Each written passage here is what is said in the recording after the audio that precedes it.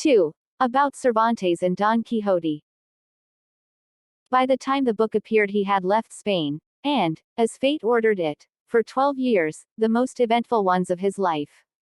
Julio, afterwards Cardinal, Aquaviva had been sent at the end of 1568 to Philip II. By the Pope on a mission, partly of condolence, partly political, and on his return to Rome, which was somewhat brusquely expedited by the king, he took Cervantes with him as his camerero, chamberlain, the office he himself held in the Pope's household.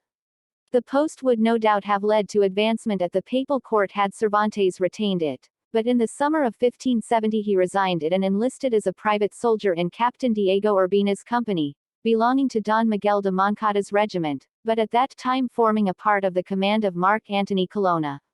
What impelled him to this step we know not, whether it was distaste for the career before him, or purely military enthusiasm. It may well have been the latter, for it was a stirring time. The events, however, which led to the alliance between Spain, Venice, and the Pope, against the common enemy, the Porte, and to the victory of the combined fleets at Lepanto, belong rather to the history of Europe than to the life of Cervantes. He was one of those that sailed from Messina, in September 1571, under the command of Don John of Austria, but on the morning of the 7th of October, when the Turkish fleet was sighted, he was lying below ill with fever. At the news that the enemy was in sight he rose, and, in spite of the remonstrances of his comrades and superiors, insisted on taking his post, saying he preferred death in the service of God and the king to health. His galley, the Marquesa, was in the thick of the fight, and before it was over he had received 3 gunshot wounds, 2 in the breast and 1 in the left hand or arm. On the morning after the battle, according to Navarrete, he had an interview with the commander-in-chief, Don John, who was making a personal inspection of the wounded, one result of which was an addition of 3 crowns to his pay, and another, apparently, the friendship of his general. How severely Cervantes was wounded may be inferred from the fact that with youth, a vigorous frame, and as cheerful and buoyant a temperament as ever invalid had, he was 7 months in hospital at Messina before he was discharged. He came out with his left hand permanently disabled. He had lost the use of it, as Mercury told him in the Viaje del Parnaso, for the greater glory of the right. This, however, did not absolutely unfit him for service, and in April 1572 he joined Manuel Ponce de Leon's company of Lope de Figueroa's regiment, in which, it seems probable, his brother Rodrigo was serving, and shared in the operations of the next 3 years, including the capture of the Goleta and Tunis. Taking advantage of the lull which followed the recapture of these places by the Turks, he obtained leave to return to Spain, and sailed from Naples in September 1575 on board the Sun galley, in company with his brother Rodrigo, Pedro Carrillo de Quesada, late governor of the Goleta, and some others, and furnished with letters from Don John of Austria and the Duke of Sessa, the Viceroy of Sicily, recommending him to the king for the command of a company, on account of his services, a dono infeliz as events proved. On the 26th they fell in with a squadron of Algerine galleys, and after a stout resistance were overpowered and carried into Algiers.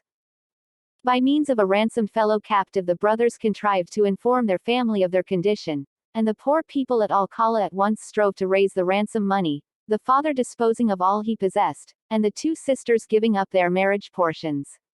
But Dolly Mami had found on Cervantes the letters addressed to the king by Don John and the Duke of Sessa, and, concluding that his prize must be a person of great consequence, when the money came he refused it scornfully as being altogether insufficient. The owner of Rodrigo, however, was more easily satisfied. Ransom was accepted in his case, and it was arranged between the brothers that he should return to Spain and procure a vessel in which he was to come back to Algiers and take off Miguel and as many of their comrades as possible. This was not the first attempt to escape that Cervantes had made. Soon after the commencement of his captivity he induced several of his companions to join him in trying to reach Oran, then a Spanish post, on foot, but after the first day's journey, the Moor who had agreed to act as their guide deserted them, and they had no choice but to return. The second attempt was more disastrous. In a garden outside the city on the seashore, he constructed, with the help of the gardener, a Spaniard, a hiding place, to which he brought, one by one, 14 of his fellow captives, keeping them there in secrecy for several months, and supplying them with food through a renegade known as El Dorador, the Gilder. How he, a captive himself, contrived to do all this, is one of the mysteries of the story. Wild as the project may appear, it was very nearly successful. The vessel procured by Rodrigo made its appearance off the coast, and under cover of night was proceeding to take off the refugees, when the crew were alarmed by a passing fishing boat, and beat a hasty retreat. On renewing the attempt shortly afterwards, they, or a portion of them at least, were taken prisoners, and just as the poor fellows in the garden were exulting in the thought that in a few moments more freedom would be within their grasp, they found themselves surrounded by Turkish troops, horse and foot. The Dorador had revealed the whole scheme to the Dey Hassan. When Cervantes saw what had befallen them, he charged his companions to lay all the blame upon him, and as they were being bound he declared aloud that the whole plot was of his contriving, and that nobody else had any share in it. Brought before the Dey, he said the same. He was threatened with impalement and with torture, and as cutting off ears and noses were playful freaks with the Algerines, it may be conceived what their tortures were like, but nothing could make him swerve from his original statement that he and he alone was responsible. The upshot was that the unhappy gardener was hanged by his master, and the prisoners taken possession of by the Dey, who, however, afterwards restored most of them to their masters, but kept Cervantes, paying Dolly Mommy 500 crowns for him. He felt, no doubt, that a man of such resource, energy, and daring, was too dangerous a piece of property to be left in private hands, and he had him heavily ironed and lodged in his own prison. If he thought that by these means he could break the spirit or shake the resolution of his prisoner, he was soon undeceived, for Cervantes contrived before long to dispatch a letter to the governor of Oran, entreating him to send him someone that could be trusted, to enable him and 3 other gentlemen, fellow captives of his, to make their escape, intending evidently to renew his first attempt with a more trustworthy guide. Chapter 9. In which is concluded and finished the terrific battle between the gallant Biscayan and the valiant Manchegan. In the first part of this history we left the valiant Biscayan and the renowned Don Quixote with drawn swords uplifted, ready to deliver 2 such furious slashing blows that if they had fallen full and fair they would at least have split and cleft them asunder from top to toe and laid them open like a pomegranate. And at this so critical point the delightful history came to a stop and stood cut short without any intimation from the author where what was missing was to be found. This distressed me greatly, because the pleasure derived from having read such a small portion turned to vexation at the thought of the poor chance that presented itself of finding the large part that, so it seemed to me, was missing of such an interesting tale. It appeared to me to be a thing impossible and contrary to all precedent that so good a knight should have been without some sage to undertake the task of writing his marvelous achievements, a thing that was never wanting to any of those knights errant who, they say, went after adventures, for every one of them had 1 or 2 sages as if made on purpose, who not only recorded their deeds but described their most trifling thoughts and follies, however secret they might be. And such a good knight could not have been so unfortunate as not to have what Platier and others like him had in abundance. And so I could not bring myself to believe that such a gallant tale had been left maimed and mutilated, and I laid the blame on time, the devourer and destroyer of all things, that had either concealed or consumed it. On the other hand, it struck me that, inasmuch as among his books there had been found such modern ones as The Enlightenment of Jealousy, and the Nymphs and Shepherds of Henares, his story must likewise be modern, and that though it might not be written, it might exist in the memory of the people of his village and of those in the neighborhood. This reflection kept me perplexed and longing to know really and truly the whole life and wondrous deeds of our famous Spaniard, Don Quixote of La Mancha, light and mirror of Manchegan chivalry, and the first that in our age and in these so evil days devoted himself to the labor and exercise of the arms of knight-errantry, righting wrongs, succoring widows, and protecting damsels of that sort that used to ride about, whip in hand, on their palfreys, with all their virginity about them, from mountain to mountain and valley to valley, for if it were not for some ruffian, or boor with a hood and hatchet, or monstrous giant, that forced them, there were in days of yore damsels that at the end of 80 years, in all which time they had never slept a day under a roof, went to their graves as much maids as the mothers that bore them. I say, then, that in these and other respects our gallant Don Quixote is worthy of everlasting and notable praise, nor should it be withheld even from me for the labor and pains spent in searching for the conclusion of this delightful history. Though I know well that if heaven, chance and good fortune had not helped me, the world would have remained deprived of an entertainment and pleasure that for a couple of hours or so may well occupy him who shall read it attentively. The discovery of it occurred in this way. One day, as I was in the Alcana of Toledo, a boy came up to sell some pamphlets and old papers to a silk mercer, and, as I am fond of reading even the very scraps of paper in the streets, led by this natural bent of mine I took up one of the pamphlets the boy had for sale, and saw that it was in characters which I recognized as Arabic, and as I was unable to read them though I could recognize them, I looked about to see if there were any Spanish-speaking Morisco at hand to read them for me, nor was there any great difficulty in finding such an interpreter. For even had I sought one for an older and better language I should have found him. In short, chance provided me with one, who when I told him what I wanted and put the book into his hands, opened it in the middle and after reading a little in it began to laugh. I asked him what he was laughing at, and he replied that it was at something the book had written in the margin by way of a note. I bade him tell it to me, and he still laughing said, in the margin, as I told you, this is written, this Dulcinea del Toboso so often mentioned in this history, had, they say, the best hand of any woman in all La Mancha for salting pigs. When I heard Dulcinea del Toboso named, I was struck with surprise and amazement, for it occurred to me at once that these pamphlets contained the history of Don Quixote. With this idea I pressed him to read the beginning, and doing so, turning the Arabic offhand into Castilian, he told me it meant, History of Don Quixote of La Mancha, written by Cid Hamet Benengeli, an Arab historian. It required great caution to hide the joy I felt when the title of the book reached my ears, and snatching it from the silk mercer, I bought all the papers and pamphlets from the boy for half a real. And if he had had his wits about him and had known how eager I was for them, he might have safely calculated on making more than 6 reals by the bargain.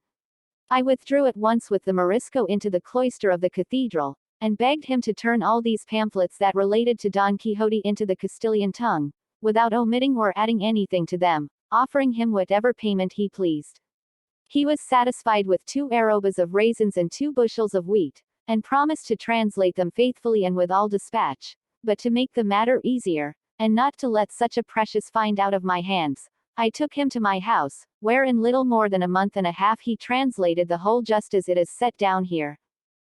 In the first pamphlet the battle between Don Quixote and the Biscayan was drawn to the very life. They planted in the same attitude as the history describes, their swords raised, and the one protected by his buckler, the other by his cushion, and the Biscayan's mule so true to nature that it could be seen to be a hired one a bow shot off.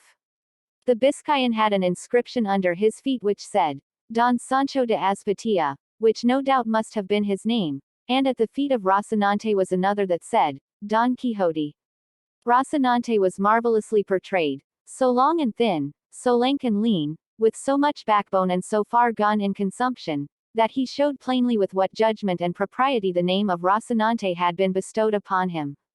Near him was Sancho Panza holding the halter of his ass, at whose feet was another label that said, Sancho Zancas, and according to the picture, he must have had a big belly, a short body, and long shanks, for which reason, no doubt, the names of Panza and Zancas were given him, for by these 2 surnames the history several times calls him. Some other trifling particulars might be mentioned, but they are all of slight importance and have nothing to do with the true relation of the history, and no history can be bad so long as it is true. If against the present one any objection be raised on the score of its truth, it can only be that its author was an Arab, as lying is a very common propensity with those of that nation, though, as they are such enemies of ours, it is conceivable that there were omissions rather than additions made in the course of it. And this is my own opinion, for, where he could and should give freedom to his pen in praise of so worthy a knight, he seems to me deliberately to pass it over in silence, which is ill done and worse contrived, for it is the business and duty of historians to be exact, truthful, and wholly free from passion, and neither interest nor fear, hatred nor love, should make them swerve from the path of truth, whose mother is history, rival of time, storehouse of deeds, witness for the past, example and counsel for the present, and warning for the future. In this I know will be found all that can be desired in the pleasantest, and if it be wanting in any good quality, I maintain it is the fault of its hound of an author and not the fault of the subject. To be brief, its second part, according to the translation, began in this way. With trenchant swords upraised and poised on high, it seemed as though the two valiant and wrathful combatants stood threatening heaven, and earth, and hell, with such resolution and determination did they bear themselves. The fiery Biscayan was the first to strike a blow, which was delivered with such force and fury that had not the sword turned in its course, that single stroke would have sufficed to put an end to the bitter struggle and to all the adventures of our knight. But that good fortune which reserved him for greater things, turned aside the sword of his adversary, so that although it smote him upon the left shoulder, it did him no more harm than to strip all that side of its armor, carrying away a great part of his helmet with half of his ear. All which with fearful ruin fell to the ground, leaving him in a sorry plight. Good God! Who is there that could properly describe the rage that filled the heart of our Manchegan when he saw himself dealt with in this fashion? All that can be said is, it was such that he again raised himself in his stirrups, and, grasping his sword more firmly with both hands, he came down on the Biscayan with such fury, smiting him full over the cushion and over the head, that, even so good a shield proving useless, as if a mountain had fallen on him, he began to bleed from nose, mouth, and ears, reeling as if about to fall backwards from his mule, as no doubt he would have done had he not flung his arms about its neck, at the same time. However, he slipped his feet out of the stirrups and then unclasped his arms, and the mule, taking fright at the terrible blow, made off across the plain, and with a few plunges flung its master to the ground. Don Quixote stood looking on very calmly, and, when he saw him fall, leapt from his horse and with great briskness ran to him, and, presenting the point of his sword to his eyes, bade him surrender, or he would cut his head off. The Biscayan was so bewildered that he was unable to answer a word, and it would have gone hard with him, so blind was Don Quixote, had not the ladies in the coach, who had hitherto been watching the combat in great terror, hastened to where he stood and implored him with earnest entreaties to grant them the great grace and favor of sparing their squire's life, to which Don Quixote replied with much gravity and dignity, In truth, fair ladies, I am well content to do what ye ask of me, but it must be on one condition and understanding. Which is that this knight promise me to go to the village of El Toboso, and on my behalf present himself before the peerless lady Dulcinea, that she deal with him as shall be most pleasing to her. The terrified and disconsolate ladies, without discussing Don Quixote's demand or asking who Dulcinea might be, promised that their squire should do all that had been commanded. Then, on the faith of that promise, said Don Quixote, I shall do him no further harm, though he well deserves it of me. Chapter 10. Of the pleasant discourse that passed between Don Quixote and his squire Sancho Panza. Now by this time Sancho had risen, rather the worse for the handling of the friars muleteers, and stood watching the battle of his master, Don Quixote, and praying to God in his heart that it might be his will to grant him the victory, and that he might thereby win some island to make him governor of, as he had promised. Seeing, therefore, that the struggle was now over, and that his master was returning to Mount Rocinante, he approached to hold the stirrup for him, and, before he could mount, he went on his knees before him, and taking his hand, kissed it saying, May it please your worship, Señor Don Quixote, to give me the government of that island which has been won in this hard fight, for be it ever so big I feel myself in sufficient force to be able to govern it as much and as well as anyone in the world who has ever governed islands. To which Don Quixote replied, Thou must take notice, brother Sancho, that this adventure and those like it are not adventures of islands, but of cross roads, in which nothing is got except a broken head or an ear the less. Have patience, for adventures will present themselves from which I may make you, not only a governor, but something more. Sancho gave him many thanks, and again kissing his hand and the skirt of his hauberk, helped him to mount Rocinante, and mounting his ass himself, proceeded to follow his master, who at a brisk pace, without taking leave, or saying anything further to the ladies belonging to the coach, turned into a wood that was hard by. Sancho followed him at his ass's best trot, but Rocinante stepped out so that, seeing himself left behind, he was forced to call to his master to wait for him. Don Quixote did so, reining in Rocinante until his weary squire came up, who on reaching him said, It seems to me, Señor, it would be prudent in us to go and take refuge in some church. For, seeing how mauled he with whom you fought has been left, it will be no wonder if they give information of the affair to the Holy Brotherhood and arrest us. And, faith, if they do, before we come out of jail we shall have to sweat for it. Peace, said Don Quixote. Where hast thou ever seen or heard that a knight-errant has been arraigned before a court of justice, however many homicides he may have committed? I know nothing about omessals, answered Sancho, nor in my life have had anything to do with one. I only know that the Holy Brotherhood looks after those who fight in the fields, and in that other matter I do not meddle.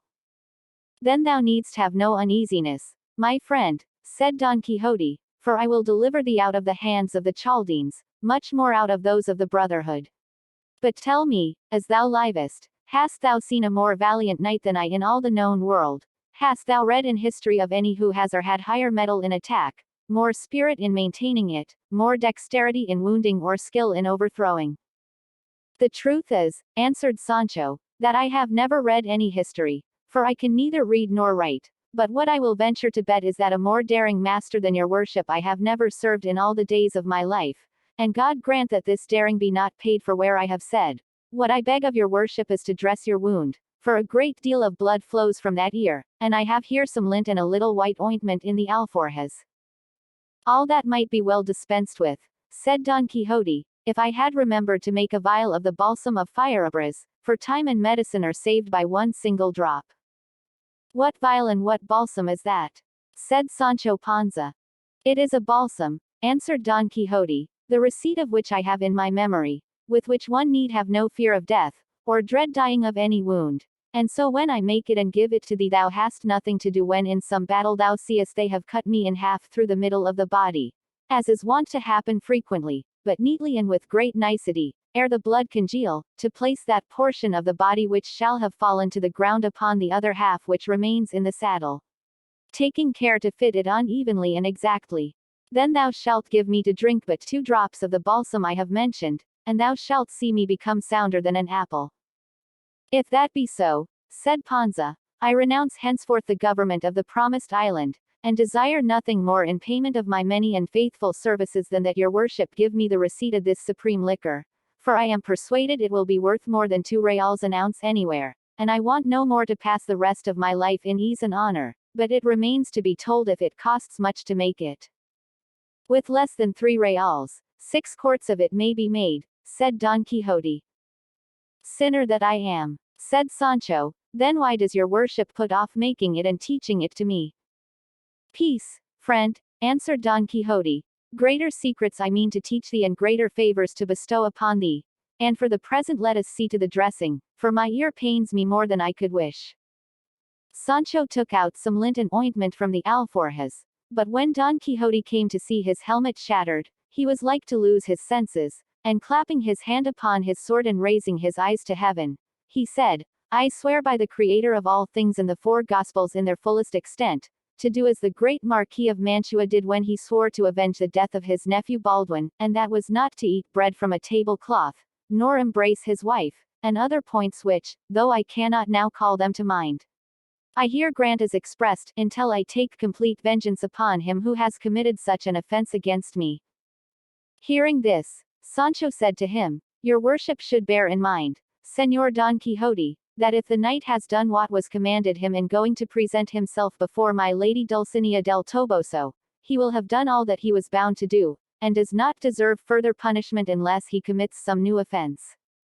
Thou hast said well and hit the point, answered Don Quixote, and so I recall the oath in so far as relates to taking fresh vengeance on him, but I make and confirm it anew to lead the life I have said until such time as I take by force from some knight another helmet such as this and as good. And think not, Sancho, that I am raising smoke with straw in doing so, for I have one to imitate in the matter, since the very same thing to a hair happened in the case of Mambrino's helmet, which cost sacripants so dear.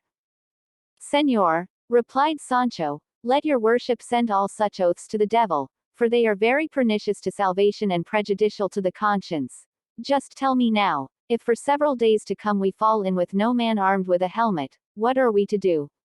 Is the oath to be observed in spite of all the inconvenience and discomfort it will be to sleep in your clothes, and not to sleep in a house, and 1,000 other mortifications contained in the oath of that old fool the Marquis of Mantua, which your worship is now wanting to revive.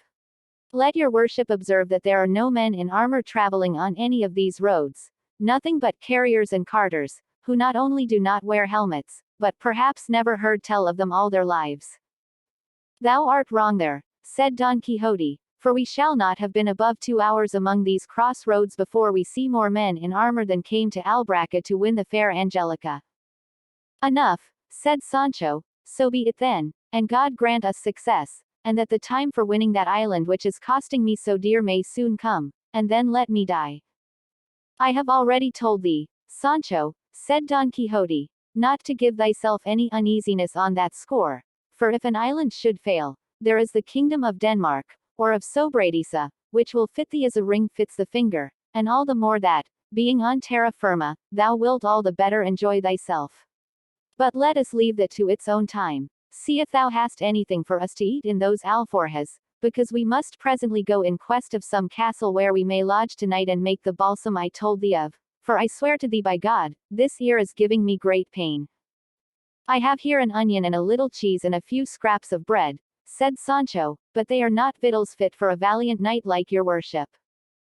How little thou knowest about it, answered Don Quixote. I would have thee to know, Sancho, that it is the glory of knights errant to go without eating for a month, and even when they do eat, that it should be of what comes first to hand, and this would have been clear to thee hadst thou read as many histories as I have, for, though they are very many, among them all I have found no mention made of knights errant eating, unless by accident or at some sumptuous banquets prepared for them, and the rest of the time they passed in dalliance.